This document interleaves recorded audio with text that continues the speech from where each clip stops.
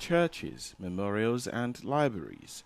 Russia has damaged or destroyed over 500 cultural sites in Ukraine, including 150 religious sites in 3 years of war, according to UNESCO. This includes the Transfiguration Cathedral in Odessa and the theater in Mariupol. This is deliberate, this is coordinated, and this is strategic.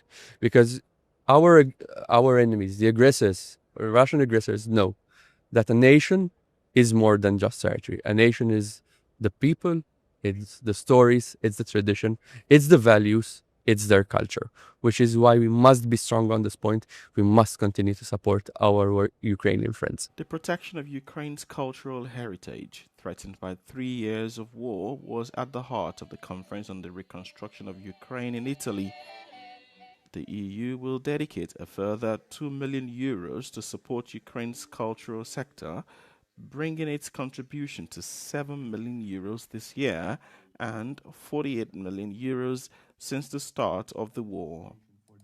So the war in Ukraine, it's not just a war for territory. It's a war on values, it's a war on culture. And Ukrainian culture is part of European culture, which is why we must recognize its value and why we must protect it. We must look at what is happening in Ukraine, because whenever democracy is under attack, culture is always the primary target, which is why culture must be the primary defense as well. The deliberate destruction of cultural heritage is a war crime according to the UN. This is not a sign of power, it's a sign of guilt. An independent UN investigator and outspoken critic of Israel's military operation in Gaza has said that it was shocking that the Trump administration imposed sanctions on her but stood by her view on the Gaza war.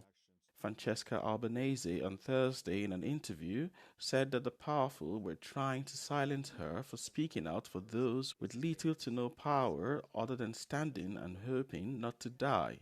The U.S. announced the sanctions on Wednesday as Israeli Prime Minister Benjamin Netanyahu was visiting Washington to meet with President Donald Trump and other U.S. officials about reaching a ceasefire deal in the war in Gaza.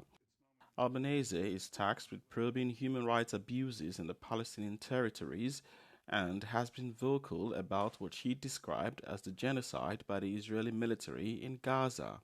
Both Israel and the US strongly deny the accusations. Fighters with a Kurdish separatist militant group that has waged a decades-long insurgency in Turkey began laying down their weapons in a symbolic ceremony on Friday. The ceremony took place in the mountains outside the city of Sulaymaniyah in northern Iraq's semi-autonomous Kurdish region. An Iraqi state-run news agency reported that the process will take place in multiple stages, starting with the symbolic ceremony and eventually leading to a full regional disarmament. Earlier, the Kurdistan Workers' Party, known as the PKK, announced it would disband and renounce armed conflicts, ending 4 decades of hostilities. PKK leader Abdullah Öcalan, who's been imprisoned on an island near Istanbul since 1999, urged his group in February to convene a congress and formally disband and disarm. The jailed leader renewed his call in a video message broadcast on Wednesday where he said, quote, "I believe in the power of politics and social peace, not weapons." Turkish President Recep Tayyip Erdogan hailed the group's steps towards peace and expressed hope it will bring stability to a region battered by conflict. Supporters of Brazilian President Luiz Inácio Lula da Silva on Thursday protested against U.S. President Donald Trump and in favor of taxing the super-rich.